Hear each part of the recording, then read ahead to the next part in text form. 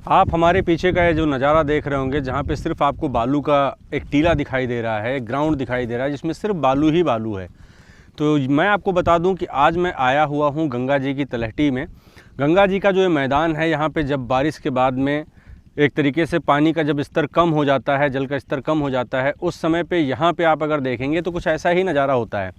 हम लोग दूर से इस नज़ारे को देखते हैं तो हम महसूस नहीं कर पाते हैं कि आखिर देखने में कैसा होगा,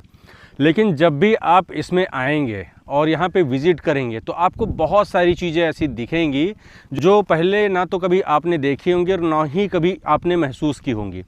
इस वजह से मैं आपको कह सकता हूँ, क्योंकि जब भी हम कभी यहाँ आते हैं तो देखते हैं एक मैदान होता है, कहीं पे ऊंचा सा पहाड़ होता है, कहीं पे गहरा गड्ढा होता है। तो एक जल के बहाव के कारण एक अलग तरीके की जो ये भूमि है वो बन जाती है। कहीं पे जगह पे एक ही जगह पे बहुत सारी आपको मिट्टी मिल जाएगी और कहीं पे इतना ऊंचा रेत का टीला मिल जाएगा आपको, जिसमें सिर्फ बालू ही बालू आपको दिखाई देगी। और जब यहाँ पे कभी पैदल चलते हैं या नंगे पैर चलते हैं तो ऐसी ऐसी चीज़ें मिलती हैं देखने को। अलग अलग प्रकार की घासें हैं, अलग अलग प्रकार की वनस्पतियाँ हैं, और उसके बाद में जो बालू का टीला है इसमें भी बहुत सारी चीज़ें ऐसी होती हैं जो पानी के ख़त्म होने के बाद में, यानी जब जल का स्तर कम हो जाता है उसके बाद में जब एक ज़मीन खाली होती है तो उस समय पे जो ये पूरा ग्राउंड होता है वो देखने लायक होता है। मैं इस वजह से कह रहा हूँ देखने लायक होता है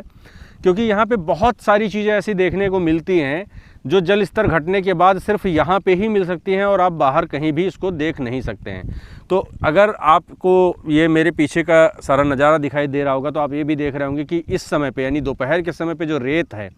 वो काफ़ी ज़्यादा तादाद में यहाँ पे उड़ती रहती है। तो एक तरीके से आपको ऐसा भी महसूस होगा जैसे आप रेगिस्तान में आ गए हों, लेकिन ये रेगिस्तान नहीं है क्योंकि यहाँ पे ऐसा कुछ ड्राई टाइप का आपको महसूस नहीं होगा। आप जैसे नेचुरल में बाहर रह रहे हैं वैसे ही यहाँ पे महसूस होगा। इवन बाहर से ज़्यादा यहाँ पे ठंडा महसूस होगा क्योंकि जल के ऊपर से जो हवा आती है तो वो जो है काफ़ी ठंडी रहती है। तो उस कंडीशन में ये जो एयर है, यानी कि जो आपको क्वालिटी एयर यहाँ पे जो मिलती है, जो आप फेस करते हैं,